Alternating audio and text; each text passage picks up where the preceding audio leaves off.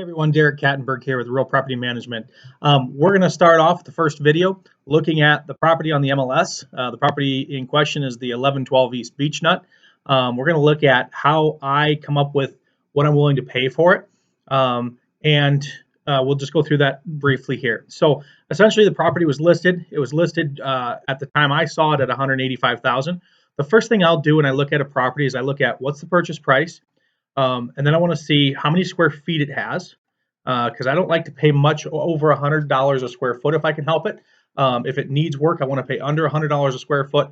If it's in immaculate, unbelievable condition, I might go as high as $110 a square foot. So that's the first thing I want to look at. I like to see that be under $100 a square foot. Then I'm looking at how many beds, how many baths, and how many garages. Now, this is a 4-bed, 2-bath or 1 3/4 bath, and it only has a single stall garage. Now, normally, if it's a 4-bedroom house that's this large, I won't be real excited about a single stall garage because I know it's going to probably be a family. They're probably going to have stuff, cars, kids, toys, etc. So this particular property was of interest to me because it did have a nice size storage shed in the back and a mostly fenced yard as well. So those are things that I can increase value by simply finishing the fence and offering that shed out to people. Next thing I do is I hop in the history. I want to see what this property was initially listed for, so I kind of know where the seller is at, where their mind is at. The next thing I want to do is I want to look at and see what did they pay for it. Now, this is what this particular buyer paid for it, so I know what they're trying to accomplish with it. Now, this house had new paint, some new siding, a couple new windows, newer roof, newer HVAC, a bunch of landscaping, and so it had a bunch of work done to it. So what I'll do is I'll take this $125,000 and I'll take out my trusty calculator here, and I'll take $125,000 times 3%, puts me at $3,750. What I'm willing to pay is about a 3% appreciation a year on a property. I know Sioux Falls has done about 6% year over year, so 3%. If I can buy it for that, I'm happy. They made money. We're in good shape. And if they maintain the property in that time, I'm actually really happy because the value has gone up. So I'm going to take that $3,750. They bought it in 2009.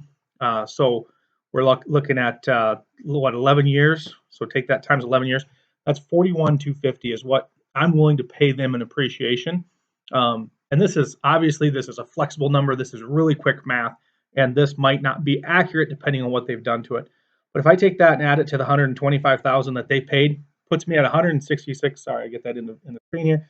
$166,000. If you'll notice, I paid $167,500, and then there was some commissions and fees that came out of that. So all in, I'm sitting at about $165,000 in this property. That's where I really want to be. If I look at, once again with my trusty calculator here, if I take that $165,000 and I divide that by the square feet, let's pull that back up. What was it? 2123. 2123 puts me at $77.72 a square foot.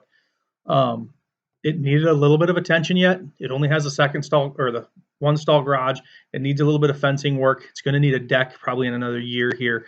And so the number is going to go up. It's going to go up probably into the 80s. But I like that number. So that's it for this video. I'm going to have the next video is going to talk about the returns and how we figure the rent value on the property. If you have any questions, give me a call or shoot me a text, 605-214-5634. Derek with Real Property Management. Thanks.